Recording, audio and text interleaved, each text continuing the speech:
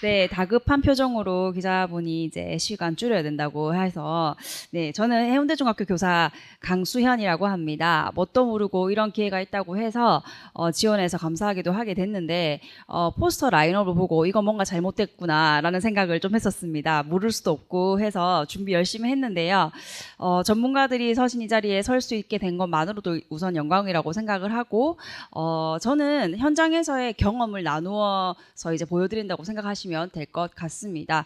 처음에는 새로워야 한다는 강박이 조금은 있었습니다. 왜냐하면 새로운 게 너무 많이 쏟아지기 때문에. 그런데 이제 새로운 것을 짠하고 보여드리는 자리라기보다 그럴 수도 없거니와 제가 했던 경험들 그리고 앞으로도 계속 쓸 것들 위주로 제가 이제 말씀드리면 될 것 같고요. 그다음에 이 영상으로 지금 진행될 부분이고요. 영상은 1.2배속에서 3배속 정도로 좀 빠르게 진행이 될 예정이라서 제 말의 속도도 그에 맞춰서 좀 빠르게 진행됨을 양해를 부탁드리도록 하겠습니다. AI를 활용하는 제 교실에는 보이지 않는 여러 보조교사가 저는 있다고 생각하고요. 그래서 이제 많은 선생님들께서 아주 작게나마라도 팁을 얻어 가신다면 더없이 좋을 것 같습니다. 시작하겠습니다. 네, 저는 이제 이런 식으로 쭉 진행이 될 겁니다. 실제로 어떤 그 AI 기술들이 수업 시간에 이제 조금씩 적용되는 부분들을 얘기를 할 거고요. 처음에 앱스 스크립트를 활용한 방법으로 보여드리도록 하겠습니다. 처음에 파일을 추가합니다.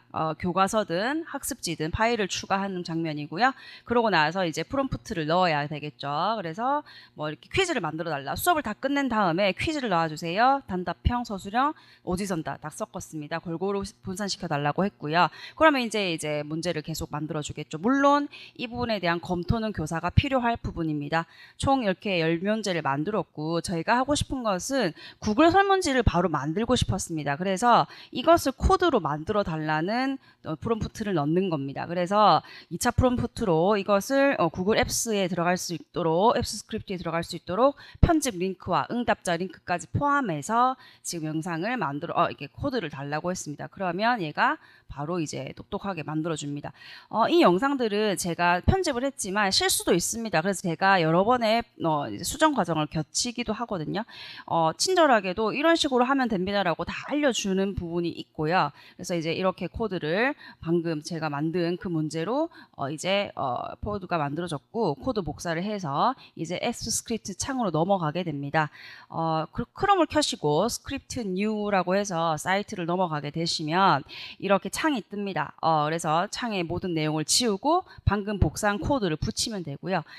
저장을 반드시 해야 합니다. 제목을 고친 다음에 저장을 하시고 실행 버튼을 누르면 짠 하고 이게 일종의 자동화라고 생각하시면 될 것 같습니다. 그래서 편집 링크와 그 다음에 선생님 링크까지 편집 링크와 응답 링크가 바로 나오고요. 그 전에 반드시 권한 승인을 해야 됩니다. 구글 계정으로 이제 제대로 쓸 거다, 확장시킬 거다라는 권한 승인이 필요하고 이 부분이 실행되고 완료가 되면 바로 이렇게 링크가 나오게 됩니다. 그러면 이제 한번 테스트 해보도록 하겠습니다. 편집 링크 들어가 보시면 선생님들이 보는 화면입니다. 이 화면은 선생님들이 원래는 일일이 이제 퀴즈를 만들어야 되는 부분이지 않습니까? 그런데 이 부분을 이제 자동으로 이제 문제를 만들었고 검토가 완료되었다는 이제 조건 하에 이대로 쓰시면 되고요. 나머지 다 똑같고요. 그다음에 응답 링크는 이제 학생들이 보는 링크로서 제가 방금 날짜를 넣었죠. 이 넣은 것도 반영된 것을 볼 수 있습니다.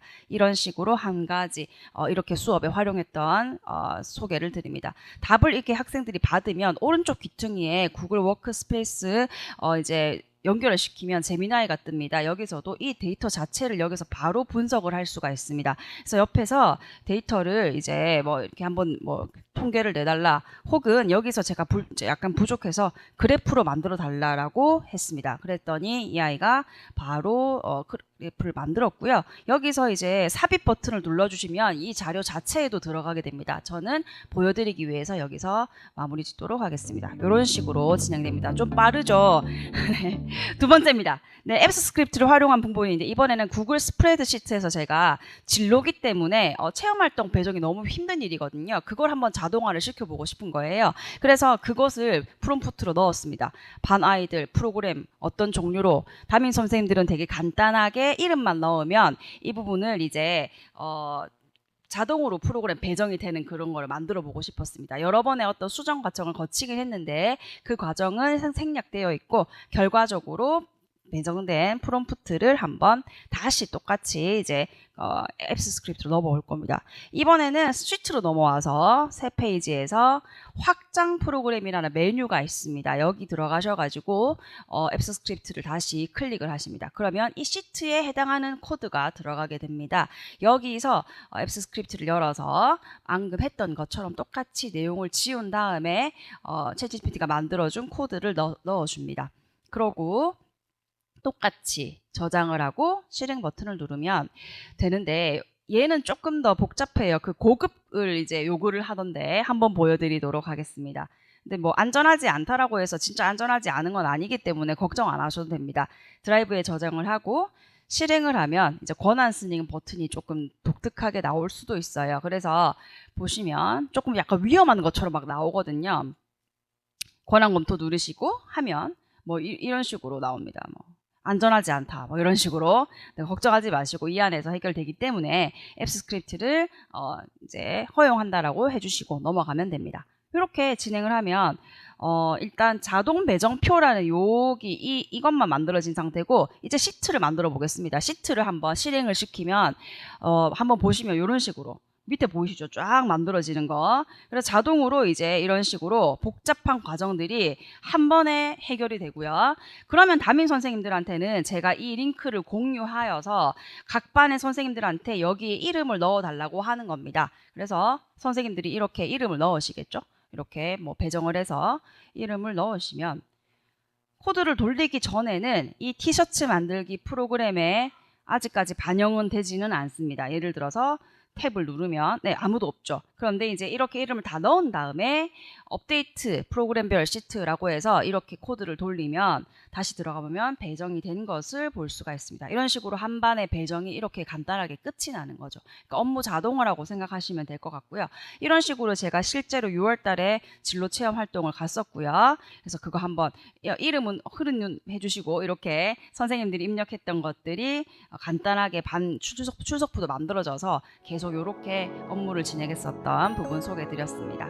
네, 요즘에 핫한 노트북 LM을 활용한 부분 설명드리겠습니다. 제가 진로 체험 컨설턴트인데요. 그렇게 해서 이제 자료를 항상 봐야 되는데 너무 자료가 어렵고 복잡해요. 근데 노트북 LM으로 준비를 해간 적이 있어서 그거 부분 소개를 드리려고 합니다.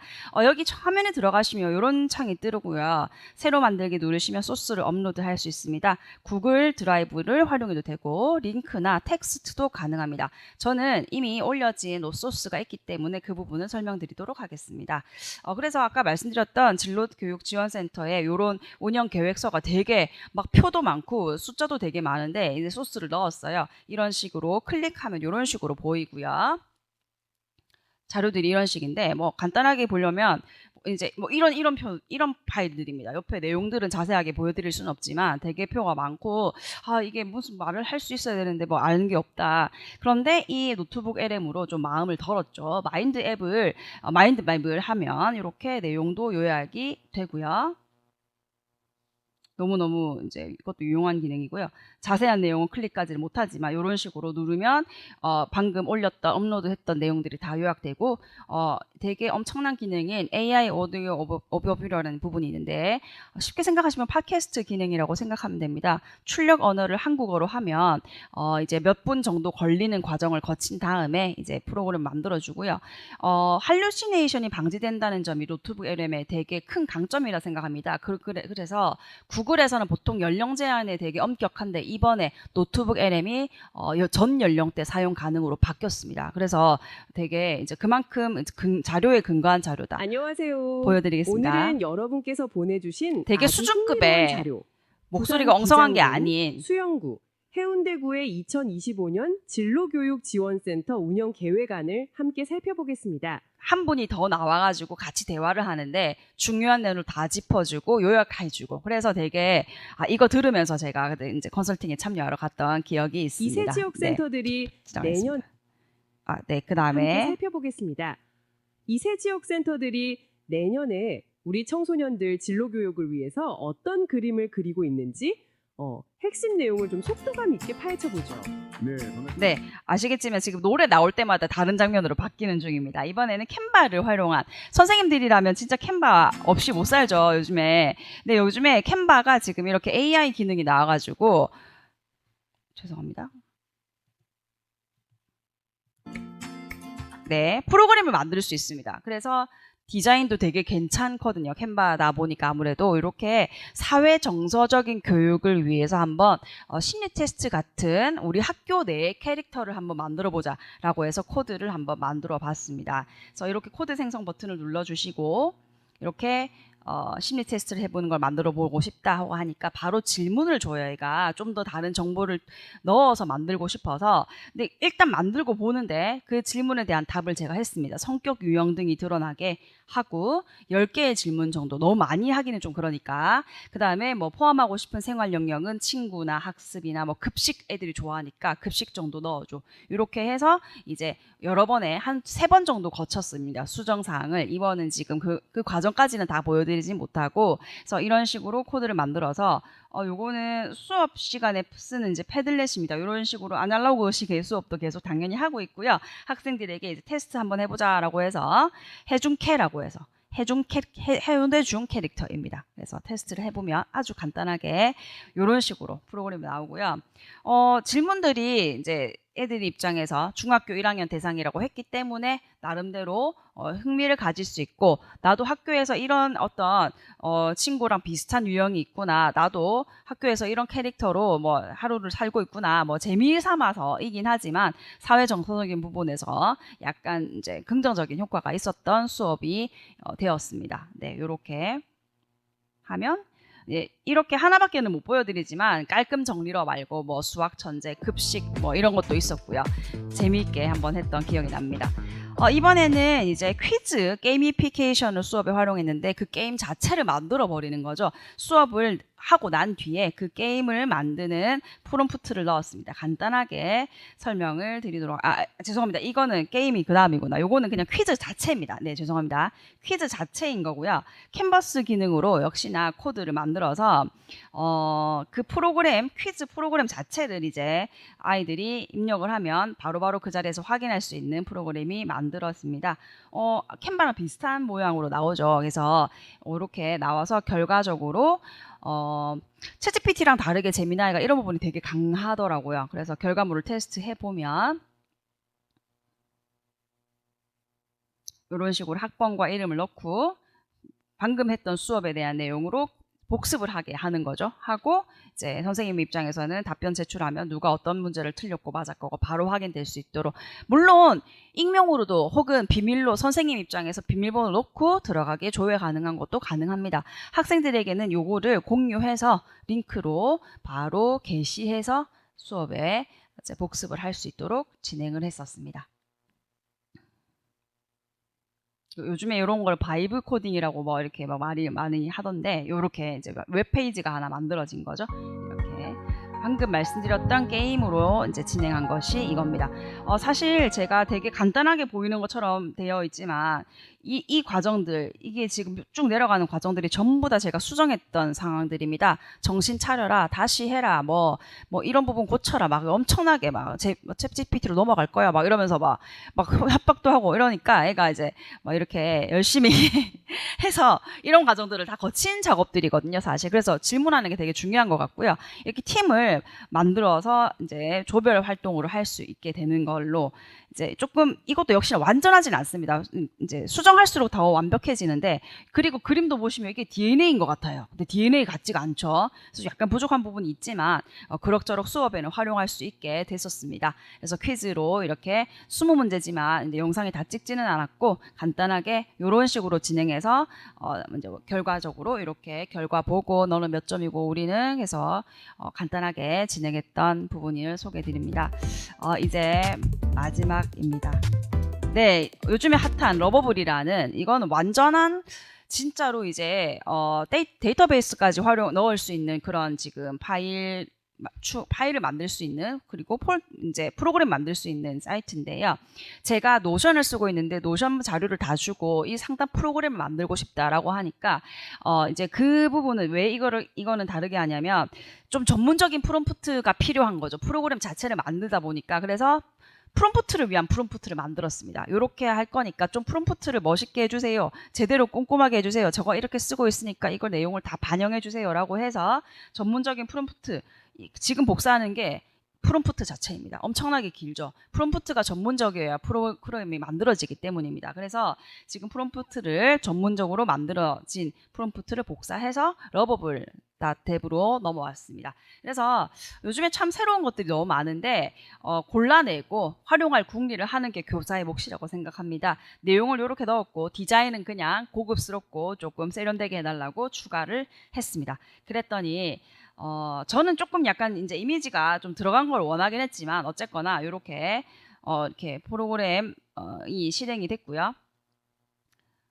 이것도 역시 이제 유료화가 되면은 조금 더 그렇긴 한데 여기 보시면 여기 초록색 부분이 데이터베이스를 넣을 수 있어요. 누적시킬 수 있고요. 그 다음에 조정할 수 있습니다. 이렇게 처음 나왔는데 저는 상담자가 저 혼자기 때문에 이게 내용이 필요가 없었어요. 잘 만들어지긴 했지만 조금 더 수정이 필요했습니다. 그래서 내용을 넣었습니다. 수정해달라고. 한번 하면은 시간이 좀 걸리긴 했지만 그래도 쓰려고 하면은 이제 프롬프트를 이렇게 조금 더 추가 수정해서 반별로 바로 정렬되는 페이지도 있었으면 좋겠다 해서 또 디자인도 조금 더 고급스럽게 하라고 했더니 한번 차이를 느껴보시겠습니까? 뭐가 달라졌는지 잘 모르겠더라고요 처음에. 근데 있긴 있었습니다. 조금 더 고급스러워진 부분이 뭘까요? 여기 음영 들어간 거 보세요. 여기 음영 들어간 게 조금 더 고급스러운 걸로 한 것 같더라고요. 그래서 상담자 내용은 빠졌고 그 다음에 내용을 정리하면 바로 반별로도 볼 수 있게 이렇게 프로그램을 만들어서 실제로 뭐 저는 진로라서 이렇게 했지만 담임 선생님들도 할 수 있는 그런 프로그램들이 만들어졌습니다. 이렇게 해서 이거를 출판 혹은 게시를 하면 이 사이트 자체에 이제 주소로 들어가면 바로 그냥 하나의 프로그램처럼 쓸 수 있는 그런 것들. 저는 교사가 이제 이렇게 계속 교육적으로 활용할 궁리를 해야 된다고 생각합니다. 이제 테스트, 이제 어떤 에듀테트가 새로 나왔다고 해서 그거를 활용하기 위한 활용이 아니라 이걸 어떻게 접목해서 활용할 것인지를 고민하는 게 저의 몫이라고 생각하고 있습니다. 이상입니다.